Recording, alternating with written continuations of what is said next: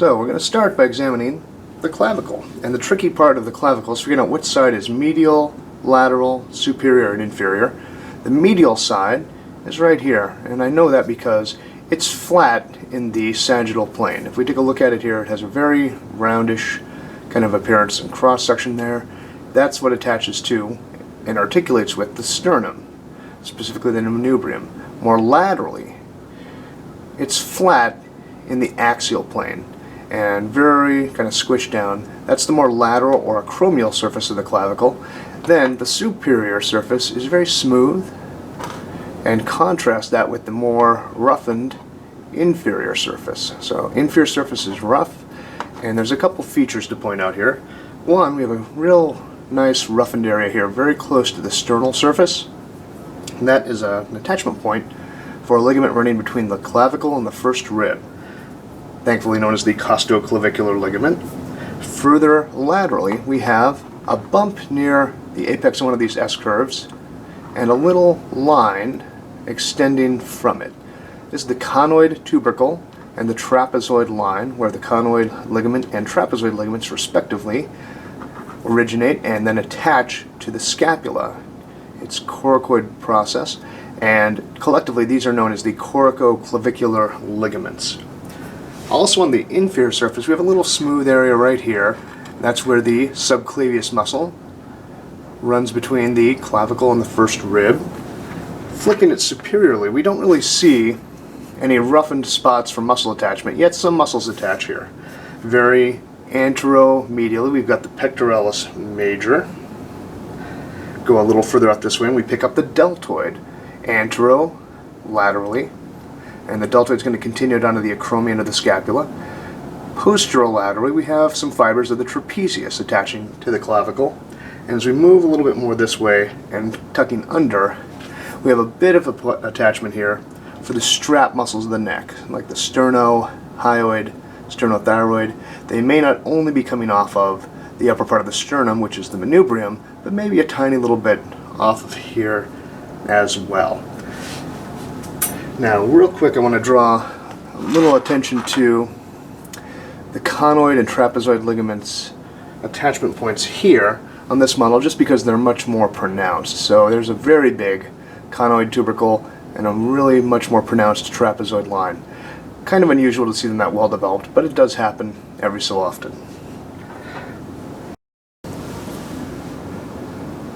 Now the next bone in the chain of the upper limb is going to be the scapula, and the scapula has a couple interesting features about it. So first off, we're going to start on its lateral border, right here. That's facing outward. The lateral border gives way to the inferior angle. Then the medial or vertebral border extends all the way across here. And finally we get to the superior angle of the scapula right up here, where it makes a little bit of a turn. I'm going to flip. And the superior border is generally interrupted by this region right here.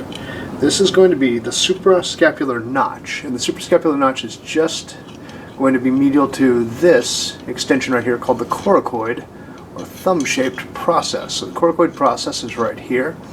Then we're going to travel to a little bump called the tubercle for the coracoclavicular ligament right there.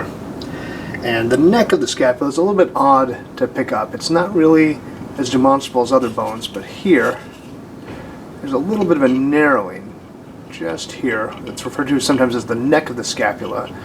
And just lateral to that is the glenoid fossa, sometimes also called the head of the scapula. But the glenoid fossa is this indented area that's going to serve to be the site of articulation for the head of the humerus, which we'll get to in just a little bit. Now, to a variable degree, you may sometimes be able to pick up a little bump here and here that are the supraglenoid and infraglenoid tubercles, respectively. So they're not always super obvious, but this is where the long head of the biceps brachii tendon and the long head of the triceps brachii tendon will be attaching. So we've continued here, and we're back to the lateral border of the scapula. Now I'm going to flip it back here to its anterior surface, and this entire area is called the subscapular fossa, and it's where the subscapularis muscle originates. There are going to be a few lateral lines present here to a greater or lesser degree. So that you can see a couple of those pretty clearly on this sample. That is the subscapular fossa. We flip to the posterior surface, and the major feature here is this guy, the spine of the scapula. Kind of looks a little bit like the Nike swoosh if you kind of squint a little bit here, but the subscapular fossa on the front corresponds to the infraspinous and supraspinous fossae on the posterior side, both split by the spine of the scapula. And right here, the terminus of the spine of the scapula is this guy, the acromion, which articulates right there with the distal clavicle. And that is the only bony attachment of the upper limb to the rest of the body and the trunk.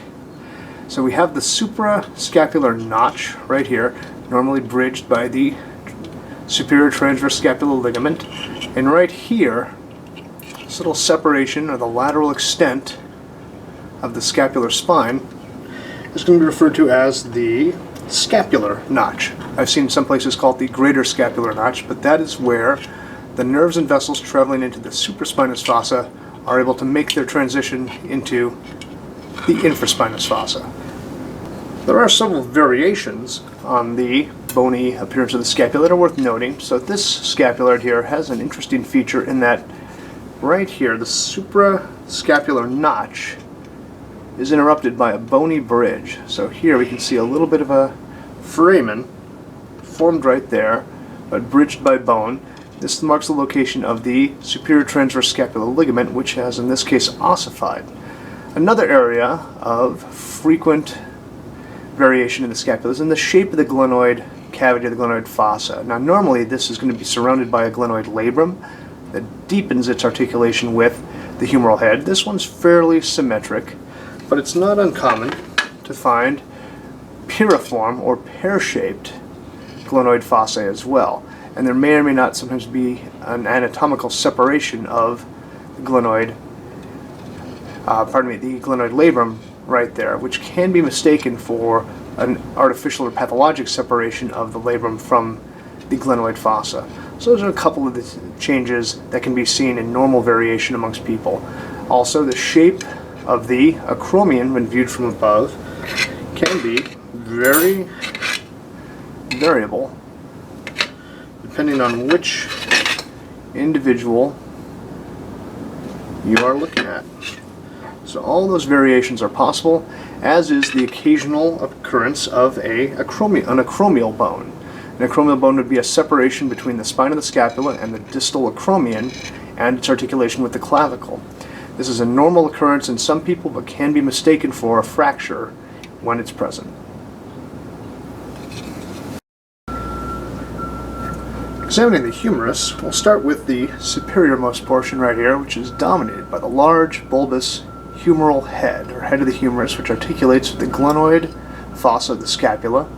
There's a small groove between the head of the humerus and the rest of the bone. This is known as the anatomical neck, and it's where the ossification center for the head fused with the rest of the bone. Traveling a little further laterally, we come across the lesser tuberosity and the greater tuberosity of the humerus. Each has a stretch of bone extending inferiorly from it, called the crest of the inferior and crest of the greater tuberosity, respectively. And in between the two is the intertubercular groove, sometimes the intertubercular sulcus, for the long head of the biceps brachii tendon. Turning medially, this upper part is dominated by the head and articular surface of the humerus, but we can also see here a narrowing that's not a very sharp landmark, but where the head narrows to join the shaft of the humerus.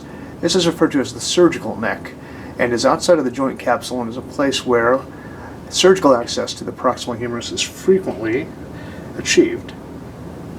Turning laterally and posteriorly, we're dominated by the greater tuberosity of the humerus and its crest, extending inferiorly.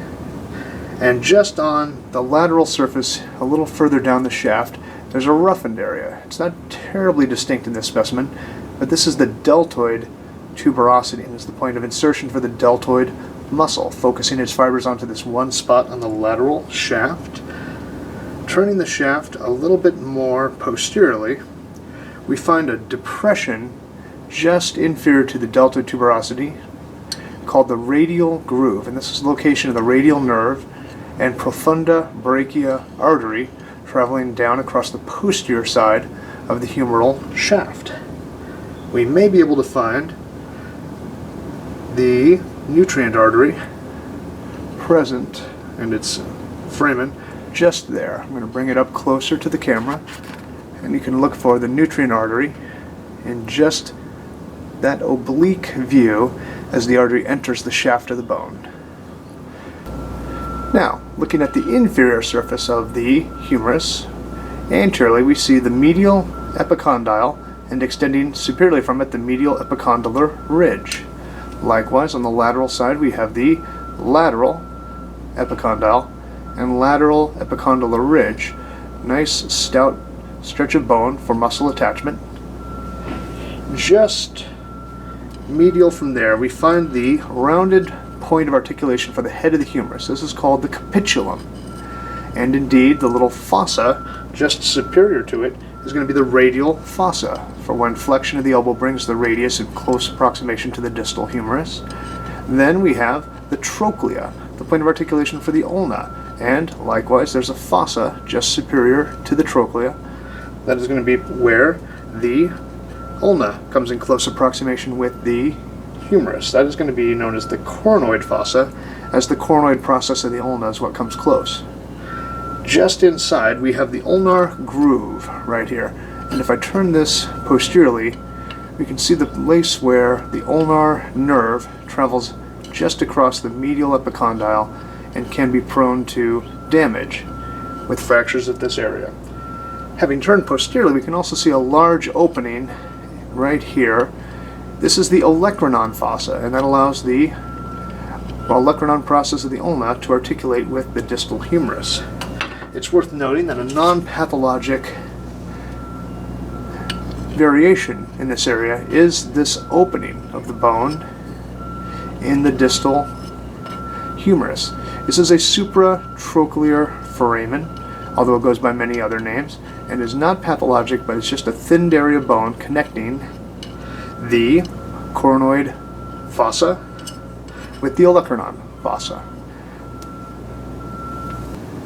Moving into the forearm, first bone we'll look at is the ulna. The ulna is particularly notable for its large attachment site for the triceps brachii muscle, the olecranon, located right here. The olecranon has a trochlear notch extending inferiorly from it, and this is what articulates with the trochlea of the humerus. There is a small ridge in the middle, it's not very pronounced on this specimen, called the guiding ridge, that keeps it locked roughly in the same place on the humerus so that it acts as mostly a hinge joint, although there is a little bit of condylar motion possible at the elbow. As we extend further down, we come to the large coronoid process right here, which fits into the coronoid fossa of the humerus. Extending just off to the lateral side of that, we have the attachment site for the ulnar collateral ligament, at least its anterior band. This is sometimes known as the sublime tubercle. Moving to the other side, we find the articulation point for the radius, the radial notch, which is a nice pronounced divot right here, containing a synovial joint that articulates with the radial head. Extending down from there, we have the supinator crest and the nearby supinator fossa, where the muscle supinator originates. The ulnar tuberosity is this roughened patch just here, and it's the attachment site for the brachialis muscle. The shaft of the ulna continues down inferiorly, and like any long bone, has to have at least one nutrient foramen. Here you can see it just there, entering the bone obliquely. As we travel a little further laterally, we see a sharp edge. This is the interosseous border of the ulna, and it attaches to the radius by means of the interosseous membrane. It extends a good long way down until we reach the head of the ulna. The head of the ulna is most pronounced for this styloid process, the ulnar or medial styloid process. And then, just on the posterior side, there's a nice perceptible groove for the flexor carpi ulnaris muscle tendon, traveling through there. Then we have an articulatory surface for the radius on its border, and then looking straight down at it we have a location of the articular disc. Since the ulna itself barely articulates with the carpal bones in a bone-to-bone manner, we have a cartilaginous or fibrocartilaginous disc present on this surface that allows the ulna to articulate with the carpal bones.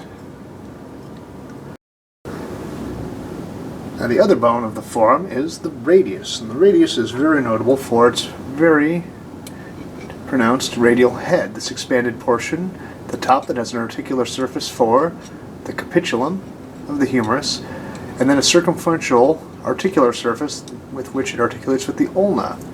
This gives way to the thin, or relatively thin, radial neck, and then the pronounced radial tuberosity just here is where the biceps brachii tendon is going to insert. The shaft of the radius is pretty much the extended long portion. There is a nutrient foramen, which is pretty subtle in this specimen, but I'll try to get that visible for you right there.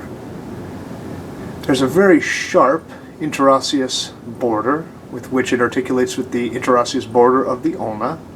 And if we look at the anterior surface here, there's a little bit of an anterior border right there, not as pronounced as the interosseous border, but present. And if we flip, there's once again not quite as pronounced but present posterior border of the radius as well. Now, examining the distal portion of the radius, you can see the enlarged portion here is where we articulate with the carpal bones. Now the first thing I want to draw your note to is this notch right here. This is the ulnar notch.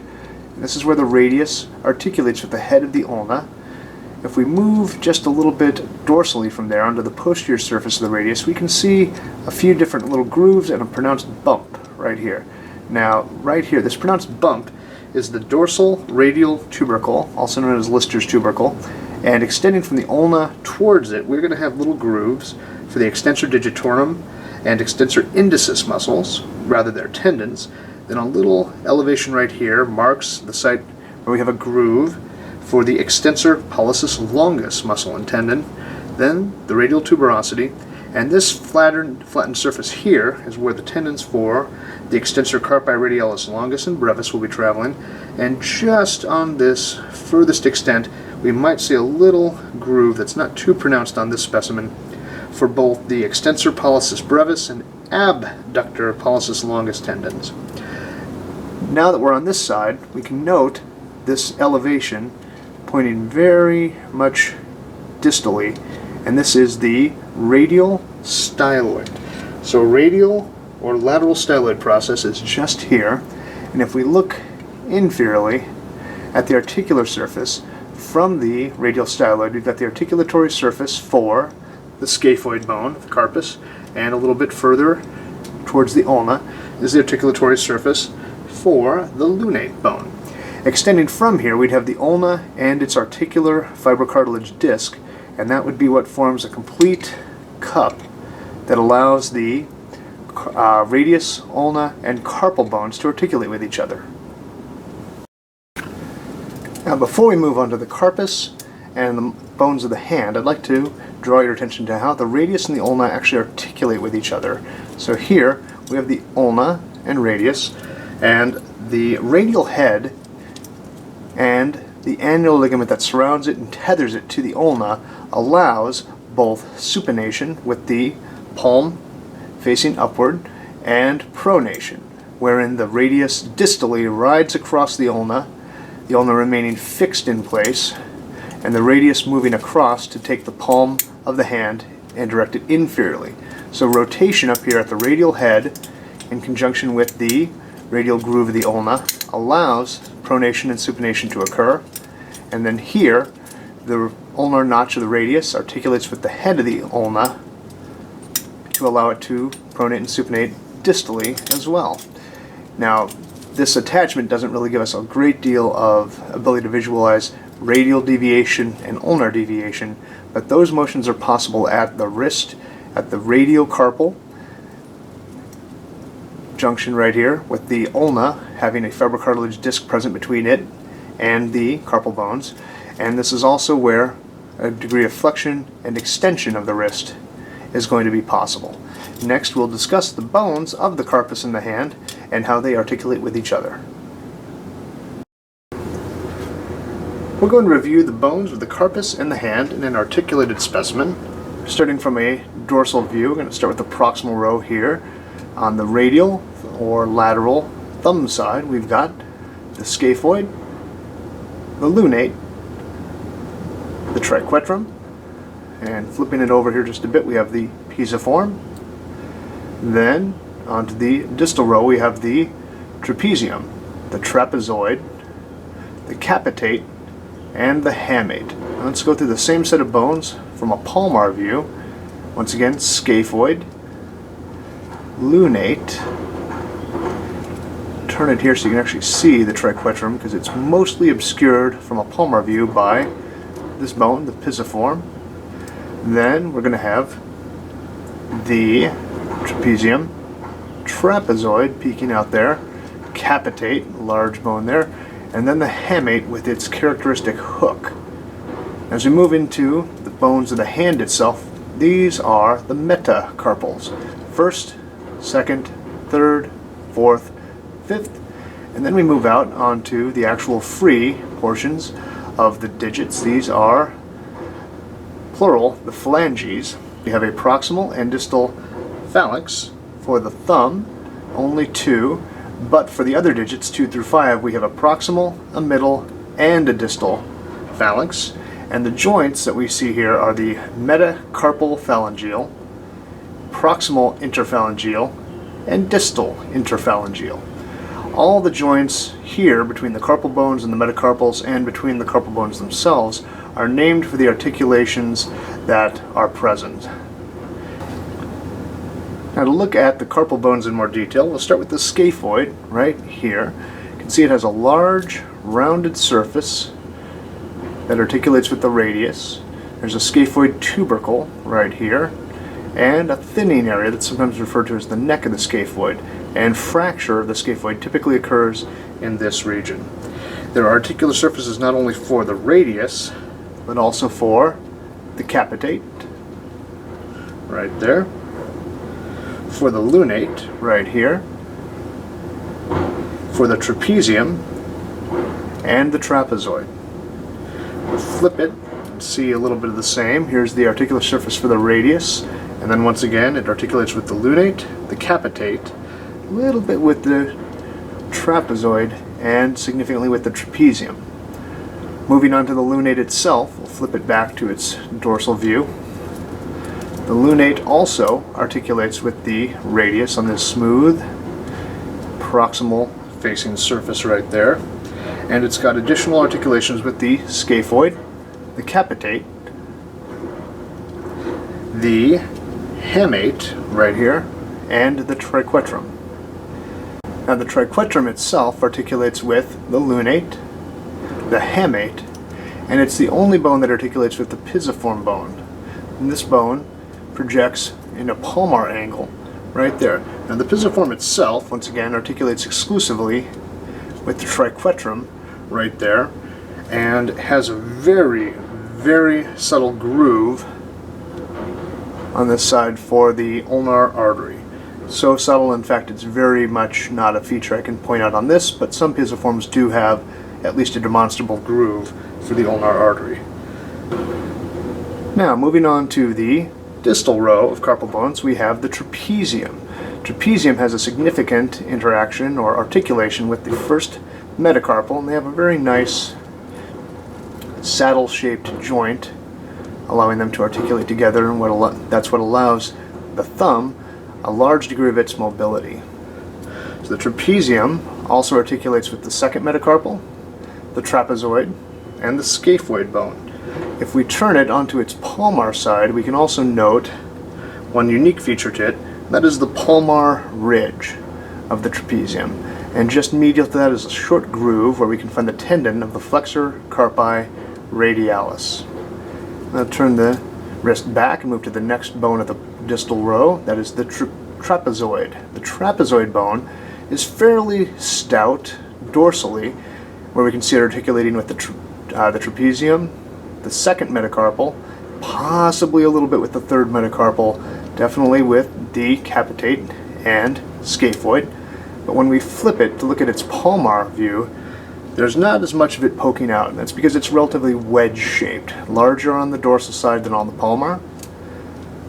Then we move on to the capitate, very large bone right here, and it's articulating by its head, this large rounded section here, with the scaphoid, the lunate, possibly a bit with the hamate right there. Then we have its little narrowed neck and body up here. The neck and body are articulating with the trapezoid, a small amount of articulation with the second metacarpal, a large articulation with the third metacarpal, and a small articulation with the fourth metacarpal. There's a very small but sometimes palpable styloid projection of the capitate on this dorsal medial surface. And last but not least, we move on to the hamate. From this view, the hamate clearly articulates with the capitate, the fourth metacarpal, the fifth metacarpal, the triquetrum, and the lunate. When we turn it onto the palmar side, we see the most pronounced feature of the hamate, that is the hook or hamulus of the hamate. So the hook of the hamate is this large feature here, forms part of the carpal tunnel that allows the flexor tendons and median nerve to enter the palmar aspect of the hand. And we can see it again articulating with the triquetrum, the lunate, the capitate, and maybe a small amount with the third metacarpal, but definitely significant articulations with the fourth and fifth metacarpals. Now regarding the metacarpals themselves, they're made up of a head, a shaft, and a base. The bases tend to be broad, sometimes have either a W or perhaps a little saddle shape to them as they articulate with the carpal bones.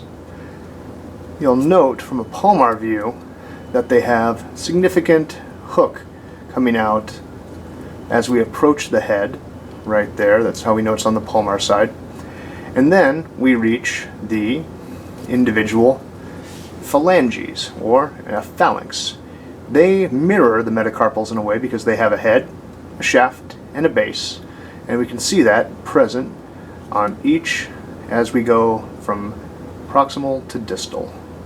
One thing to note is that the metacarpal phalangeal joint, the heads of the metacarpals tend to be rounded, and the base of the phalanx that is articulating with it is concave, whereas the proximal and distal interphalangeal joints have a similar morphology but tend to be a little more saddle shaped. You can see a little bit of a groove present in the middle of that articulation.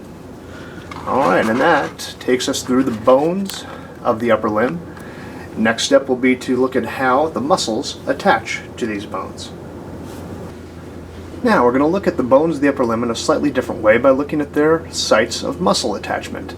Muscle attachments can be loosely grouped as origins, which I've colored here in red, and insertions, which I'm coloring in blue. Origins tend to be more stable sites of muscle attachment, and the insertions tend to be more mobile sites. So that's one way you can describe muscle activity, is by bringing the insertion sites closer to the origin. That breaks down a little bit with some muscles, but it's a fairly handy little trick to use to figure out a muscle's origin. Here's the clavicle's medial side, lateral side, anterior and posterior side. On the medial posterior side, we have the origin of the sternocleidomastoid. A little more anteriorly and medial, you have the broad origin of the pectoralis major's clavicular head. Distally, we've got, on the lateral side, the deltoid muscle's origin, its anterior belly in particular, and just a bit posteriorly and laterally we have the attachment site for the trapezius muscle, or a small portion of the trapezius muscle at least. We'll see the rest of it in a moment. And we flip to the medial posterior side, and we have some of the strap muscles of the neck attaching here. Sternohyoid muscle tends to be one that originates here instead of from the sternum, from its very close neighbor, the proximal medial clavicle. And here on the inferior side we have a green area. This is where the costoclavicular ligament from rib 1 to the medial clavicle is inserting. Just past that we have the insertion site for the subclavius muscle. The subclavius muscle is going from rib 1 to the clavicle, and it helps keep it stable and prevents the clavicle from distracting too much if it gets fractured. As we move laterally on the inferior side, we have the corticoclavicular ligaments, specifically the conoid and trapezoid ligaments. Now let's flip this back to the superior view and bring in the scapula. Here's the scapula. We'll go through its muscle attachments in detail in just a moment, but I want to see if we can visualize here how the deltoid and trapezoid muscles really do bridge the two bones. So anteriorly we have got the anterior belly of the deltoid. As we cross onto the acromion of the scapula, we have the middle belly of the deltoid, and across the spine of the scapula, the broad posterior belly of the deltoid originates. Now here we've got the attachment, little curve, followed by the trapezius muscle, which allows it to elevate and retract the scapula along the body wall. And now we'll take a little bit more look in detail at the scapula. Posteriorly, we've already noted the spine of the scapula and the acromion. Divides the posterior side of the scapula into an infraspinous and supraspinous fossa. No big surprise, the supraspinatus muscle originates from the supraspinous fossa. Just medial to the scapular notch we have the small origin of the omohyoid muscle, and in the infraspinous fossa we have the origin of the infraspinatus muscle. A little further inferior we have the origin of the teres major and teres minor muscles. And now we're going to look at the medial side of the scapula, and we've got the very broad attachment insertion side of the rhomboid major. At the base of the scapular spine we have the attachment insertion point of the rhomboid minor, and here near the superior angle on the medial surface of the scapula is the attachment and insertion site for the levator scapulae muscles. Now we flip the scapula and take a look at its anterior surface, and it's dominated by the broad subscapular fossa. And again, not surprisingly, the muscle that's originating here is called the subscapularis. But also note the insertion along this large C-shaped course from the inferior angle across the medial border to the superior angle of the serratus anterior muscle. Right here we can see again the omohyoid originating just medial to the scapular notch. As we go across the scapular notch, we go on to the coracoid process, and here are the conoid and trapezoid ligaments, which are the corticoclavicular ligaments. And then we have a little blue dot, and that is the insertion point for the pectoralis minor. Coming from the anterior chest wall, inserts on the medial aspect of the coracoid process. And right out on the tip of the coracoid we have the the origin for the coracobrachialis muscle and the short head of the biceps brachii. Here on the extreme lateral border of the scapula we have, just below the glenoid fossa, along the infraglenoid tubercle, the origin site for the long head of the triceps brachii. And off the supraglenoid tubercle we have the origin of the long head of the biceps brachii. Now the last feature I want to show on the scapula is here on the underside and really along the very distal lip of the acromion is the attachment site for the coracoacromial ligament, which spans and makes a little roof across this space right here. Let's take a look at the muscles of the clavicle, scapula, and how they move towards the humerus by checking out the Netter Atlas of Human Anatomy 6th edition. Thanks again to the fine people at Elsevier for allowing me to use this in the videos here. We're going to flip over to plate 409 to get started and zoom in a little bit here on the muscles of the back. So to start with, we can see how the trapezius muscle here is attaching to the spine of the scapula, moving around to the acromion. Likewise, on its underside, we can see how the deltoid's posterior belly and a little bit of the middle belly are originating right there. Just deep to this stout fascia, we'd find the infraspinatus muscle, and here is the teres major, and just above it, teres minor. On this side, we've removed the trapezius, and you can see a little bit more clearly the muscles on the medial border, like the levator scapulae, the rhomboideus minor, and rhomboideus major, inserting onto its medial border. With the trapezius out of the way, though, it's really easy to see the supraspinatus muscle coming from the supraspinous fossa out towards the humerus, and the infraspinous muscles, multiple bellies, going towards the head of the humerus right there and across to the greater tubercle, and teres major once again, and teres minor.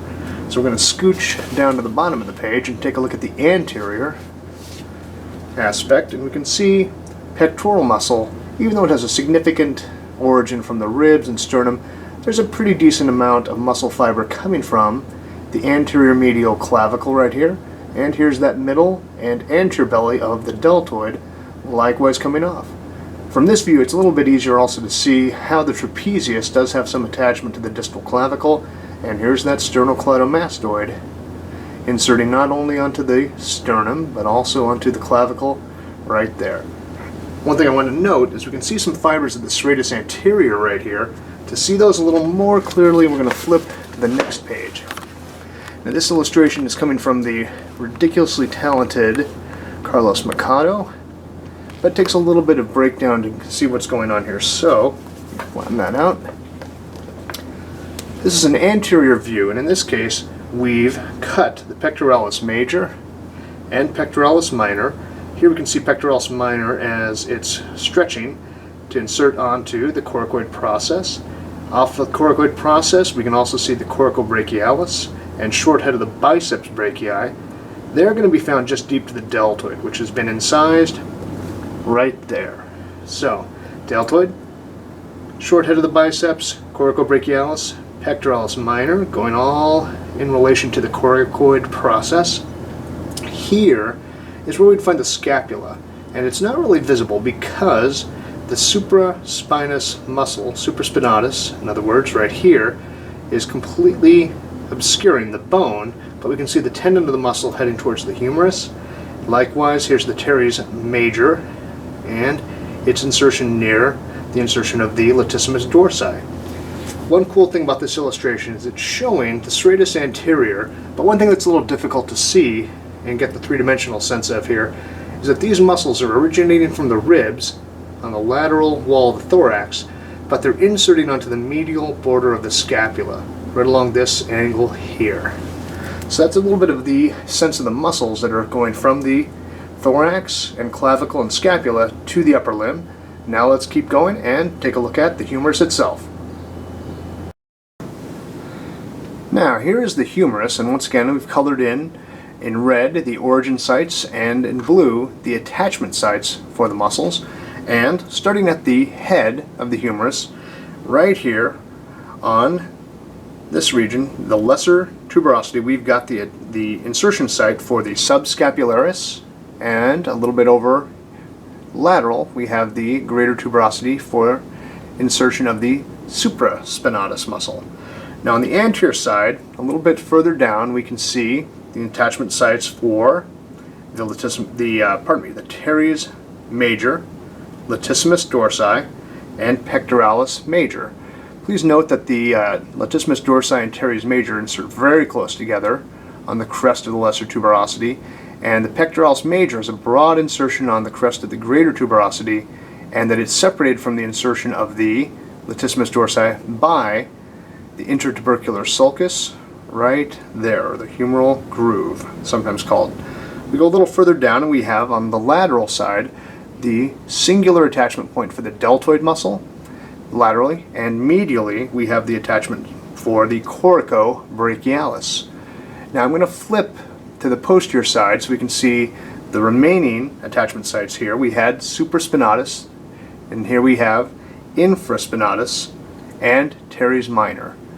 Now we're going to look at the origins. Back on the anterior side, we have on the anterior part of the shaft the very broad origin for the brachialis muscle off the anterior portion right there. We go a little bit down here towards the medial epicondyle, and we have the origin site for the pronator teres, and the common flexor tendon origin for many of the flexors of the wrist and the digits. We'll go into those in a little bit more, but basically the flexor carpi radialis, palmaris longus, flexor carpi ulnaris, flexor digitorum superficialis, all originate from a common tendon right there. Over on the lateral side, anteriorly, we have the origin of the brachioradialis muscle, and then the extensor carpi radialis longus, and a common extensor tendon on the lateral epicondyle. This is where extensor carpi radialis brevis, extensor digitorum, extensor digiti minimi, extensor carpi ulnaris, all of these originate from a common tendon out here on the lateral epicondyle. Now we flip to the posterior side and we fill in a few of the blanks. Here is the lateral head, origin site, lateral head of the triceps brachii, and very extensive posterior origin of the medial head of the triceps brachii. We go a little further inferiorly, we can see a little bit more extensive kind of appearance of that medial epicondyle on the common flexor origin, and right back here is the insertion point for the enconius muscle, originating right there. If we put the scapula together, we can see a little bit more easily how these muscles move from one side to the next. Subscapularis originates here, inserts here. Hence, when it contracts, it's going to help medially rotate the upper limb. The serratus anterior here inserts onto the scapula, so it doesn't really affect the humerus other than moving the scapula. Here we have the origin of the short head of the biceps brachii, which actually travels all the way down to the radius. We'll see it in a bit. But we also have the origin of the coracobrachialis, which goes from here to here. So it's going to help adduct and slightly flex the humerus at the shoulder joint.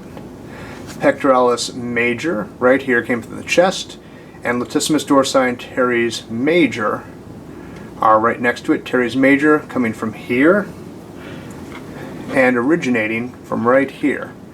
So both teres major and latissimus dorsi are going to help extend the shoulder at the glenohumeral joint right there.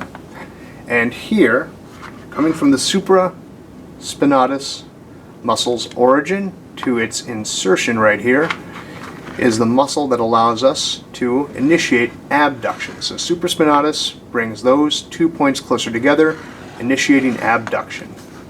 Now we flip to the posterior side, and we've got the origin and insertion of the infraspinatus muscle. We have the origin right here and insertion of the teres minor, and both of these are going to be lateral rotators of the humerus as they bring these points closer to these points.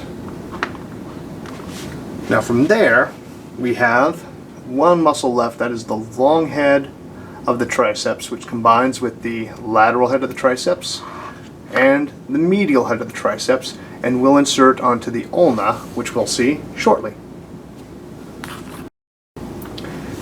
Now, when looking at the muscle attachment sites related to the radius and the ulna, it makes a lot more sense to look at them together. So here on the proximal radius, we have the radial tuberosity, where we have the tendon of the biceps brachii inserting. Just across from it on the ulna, proximally, we have the attachment site for the brachialis muscle. And as those are both major flexors of the forearm at the elbow, that makes a lot of sense. Over here, in this blue strip, which goes a little bit lateral out onto the radius, we have the attachment site of the supinator muscle coming from the common flexor origin. And right here, a little further down, is the attachment site of the pronator teres. That'll make a little more sense when we look at the back of the radius. Here is the pronator quadratus muscle, and very far out here is the attachment site for the brachioradialis muscle, stretching all the way from the humerus down to the distal radius. Here, kind of the red that's just kind of tucked in right behind there. There you can see it.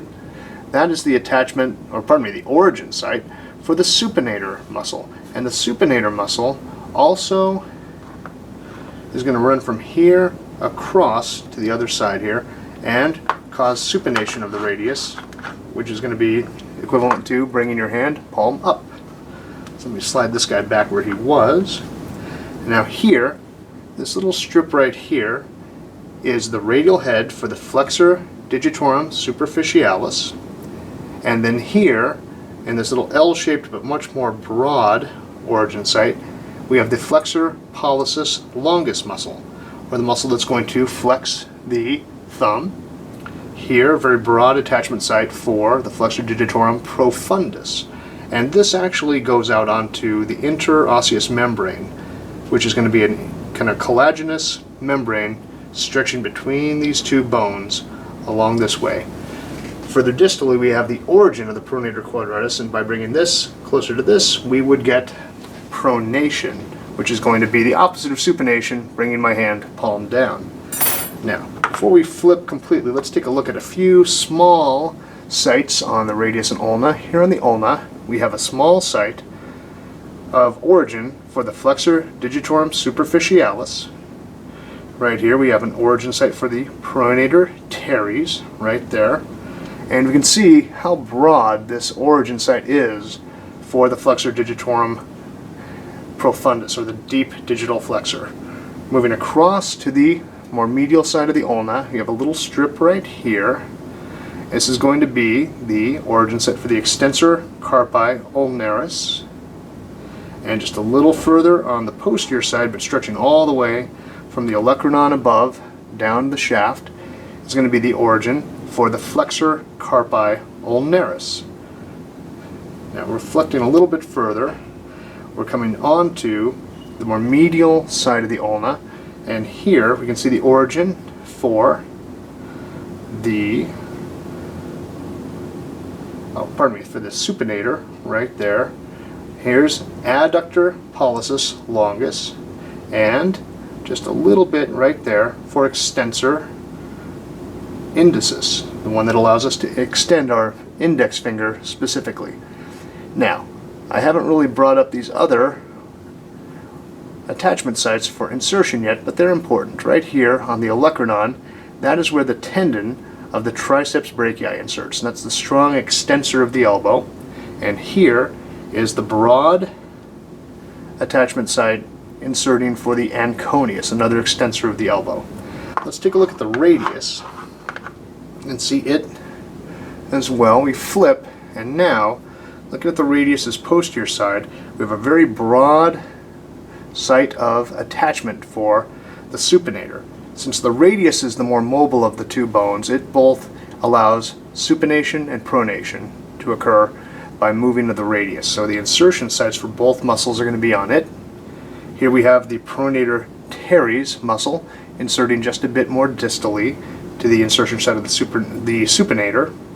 And here we already saw the anterior side and how we have the flexor pollicis longus there. Flipping it onto its posterior side, we can see the abductor pollicis longus origin site, and a little more distally the extensor pollicis brevis muscles origin site right there. So I'm going to put these guys back together, but with the posterior view being a little more prominent, and I'm hoping we can see how some of these attachment sites actually bridge both bones. Remember, in life there's actually a membrane between these guys, the interosseous membrane, that allows the attachment sites to be spread between both bones. In this case, the origin of the abductor pollicis longus comes from here across the membrane to here, and here we have the extensor pollicis longus extends onto the membrane, but not all the way to the radius. And here's where we have the extensor pollicis brevis muscle originating, and lastly the extensor indicis here on the distal ulna.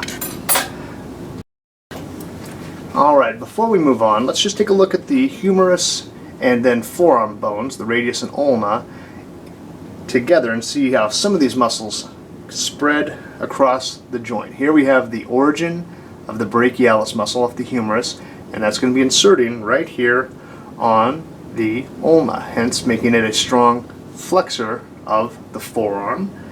Here's the insertion site of the biceps brachii, but the biceps doesn't originate from the humerus at all. It's originating from the scapula, both the coracoid process for the short head and the supraglenoid tubercle for the long head, making it a muscle that spans two joints, both the glenohumeral joint and the elbow joint right here. Now, looking a little further down, we see the common flexor origin here off the medial epicondyle. Most of the muscles originating from here don't insert onto the forearm at all, but down to the carpus and bones of the hand. But we do have the pronator teres originating right here and traveling down across to the opposite side of the radius. And so when it actually wraps around the radius and contracts, it's going to bring the radius across into pronation right there. So if I did that, it would be me doing this. That's pronation. Likewise, off the common extensor origin, we have some of the supinator muscles fibers originating, and they are going to wrap around and attach to the radius, and they're going to attach to it right there, kind of tucked in a little bit behind, and it's going to have the opposite effect. A hand that's pronated, when those muscles contract from here across, are going to pull it into supination like so.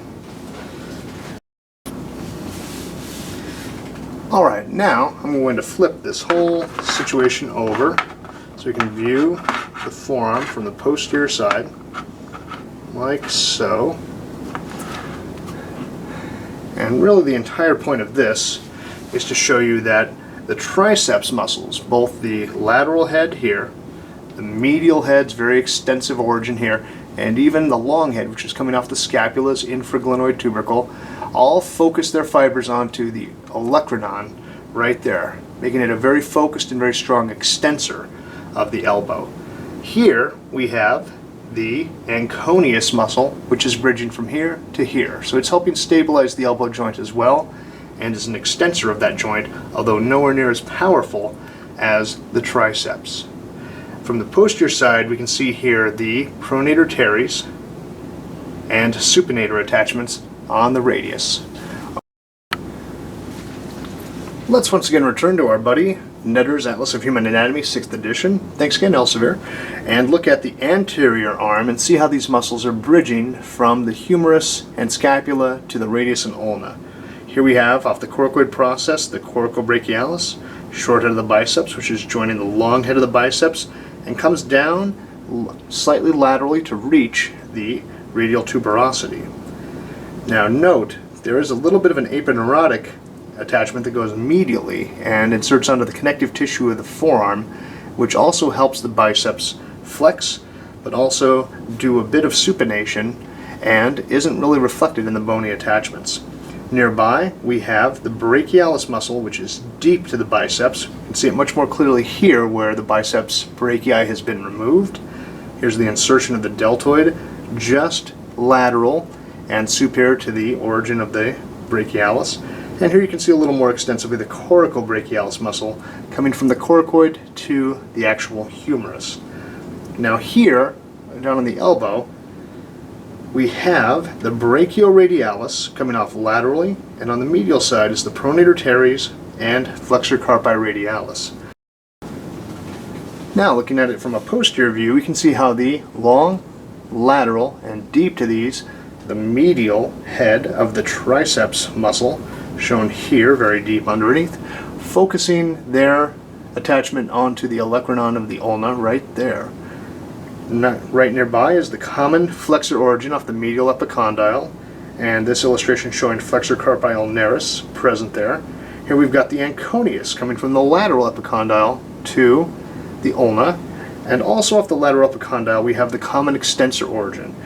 Brachioradialis up here, but traveling more anteriorly, as well as the extensor carpi radialis longus, extensor carpi radialis brevis, and right here we're going to have extensor digitorum going out towards the fingers.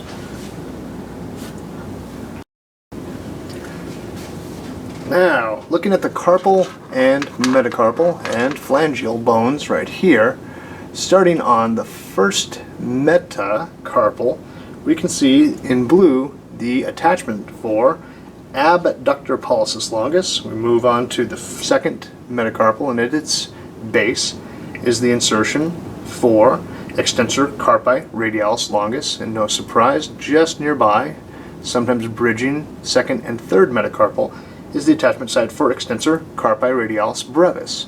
And if these are pulled upward, they will indeed extend the carpus.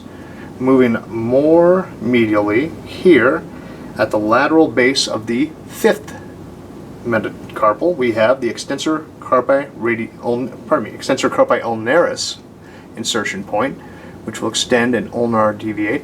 And here, moving out onto the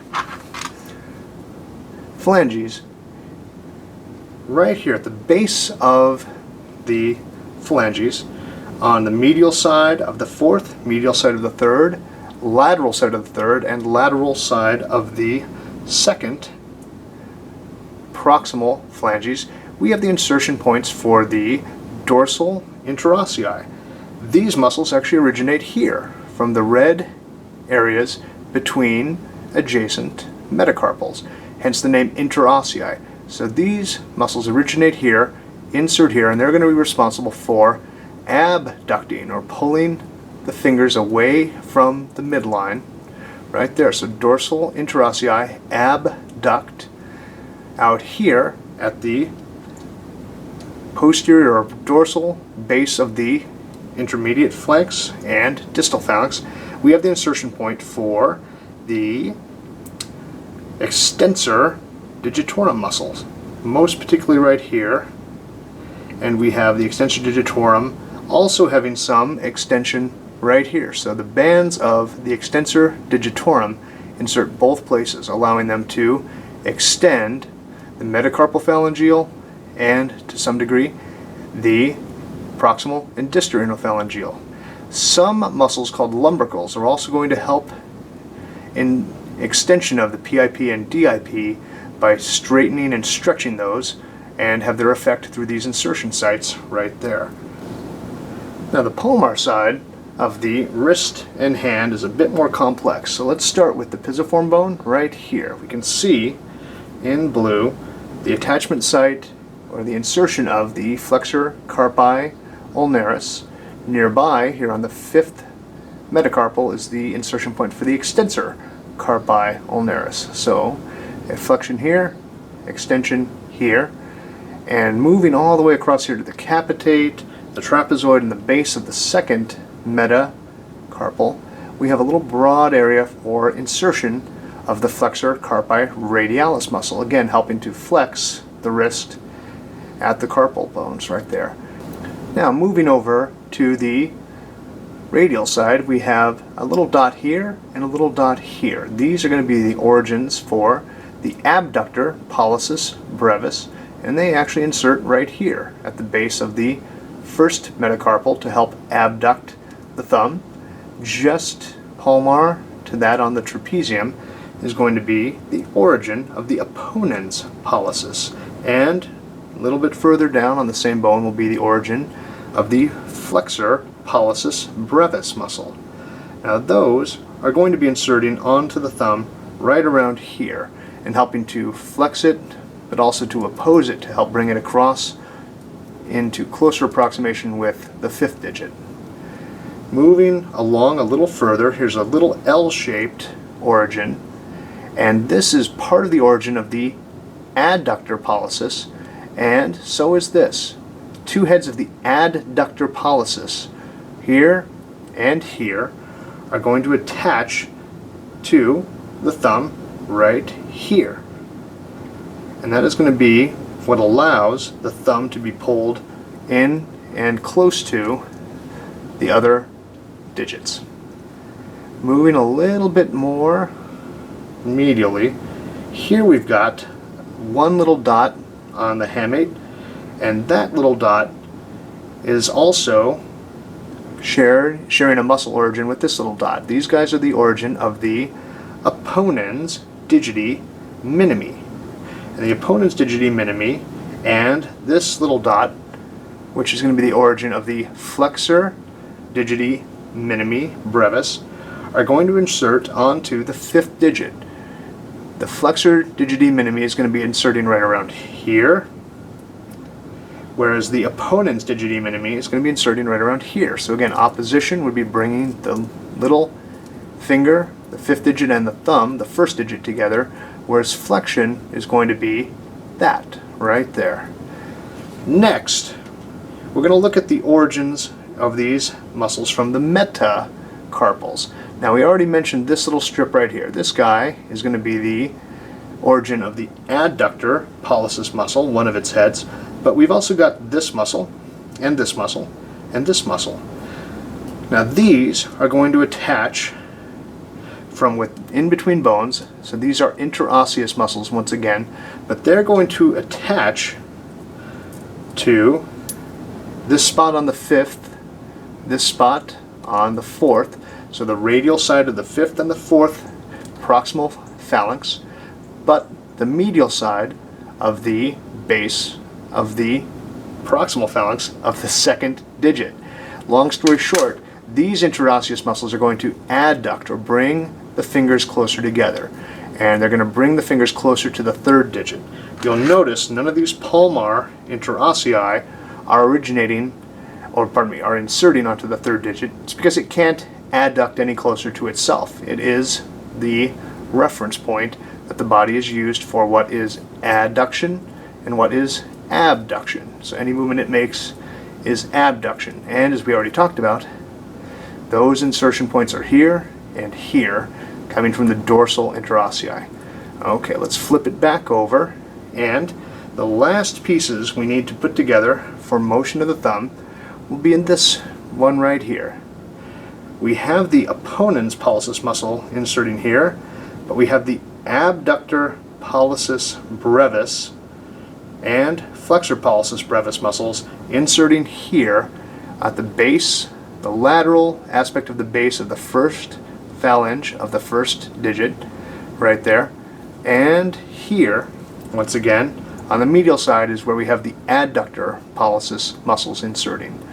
Right here at the distal end, on the palmar side, distal phalanx, we have the insertion point for the flexor pollicis longus, which is going to allow us to flex that interphalangeal joint there.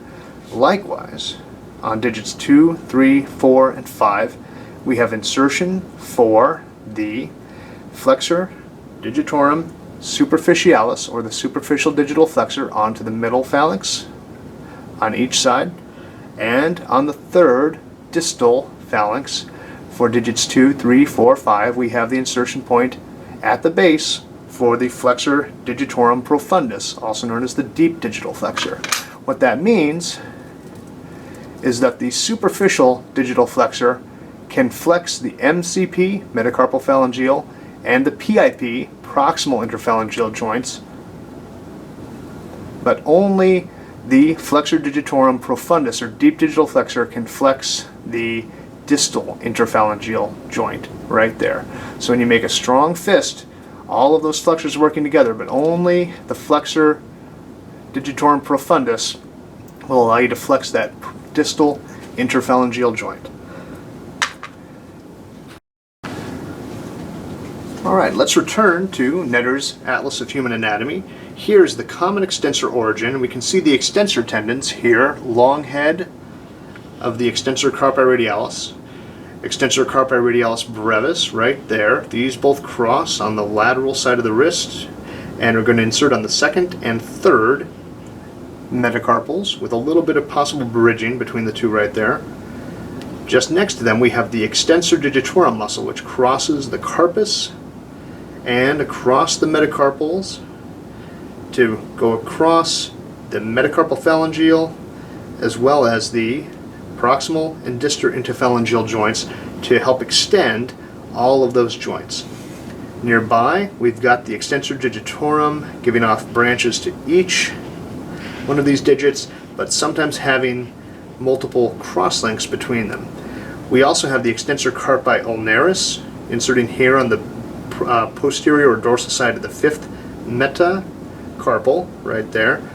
And a little bit deep to all these guys, we also have muscles going to the thumb. We have the abductor pollicis longus, the extensor pollicis brevis, the extensor pollicis longus right here, all traveling to the thumb. Note that the extensor longus makes it to the distal phalanx, whereas the short extensor of the pollicis, or extensor pollicis brevis, only makes it to the proximal phalanx right there. Nearby we have the extensor indicis coming off the radius and a little bit of the interosseous membrane and joining the extensor apparatus here, going across the posterior aspect of the first finger, aka the 2nd digit. Now we take a look at the flexors and things look a little bit different. Flexors here on plate 432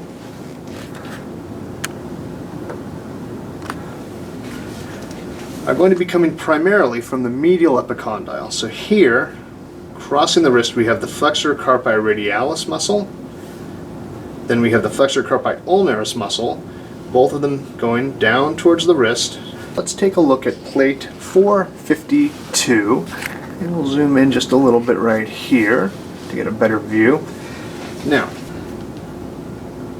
pisiform bone right here, we can see flexor carpi ulnaris tendon coming in to insert there. Coming off of it, we can see the abductor digiti minimi, which is traveling up this way towards the 5th proximal phalanx's base.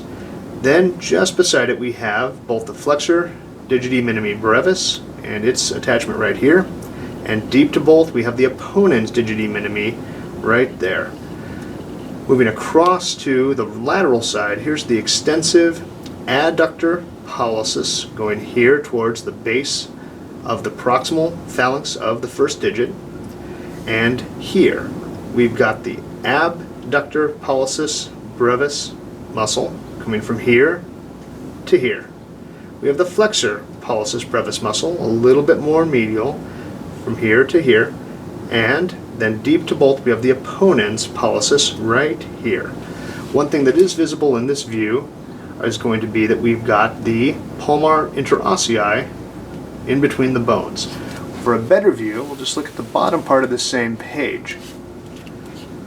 The palmar interossei are coming from the 5th, 4th, and 2nd metacarpals and inserting onto the base of their own proximal phalanx. This is going to allow them to adduct towards the 3rd digit, which has no attachments for palmar interossei. If we were to flip the hand and looking at the palmar aspect here, we'd notice that there are dorsal interossei in between the 1st and 2nd, 2nd and 3rd, 3rd and 4th, 4th and 5th metacarpals, and they are going to insert onto the proximal phalanx nearby in such a way that allows it to abduct. So the 3rd digit has insertions on both its radial and ulnar side because any motion it makes is defined as abduction. And then when the 4th digit abducts, it moves towards the ulna. When the 5th digit abducts, the abductor digiti minimi moves it in ulnar deviation. Likewise, the 3rd digit can abduct radially, as can the first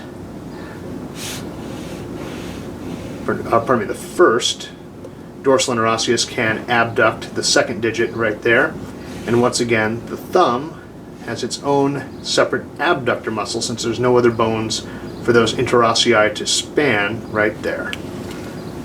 Alright, I hope this has been partially illuminating, and thank you very much.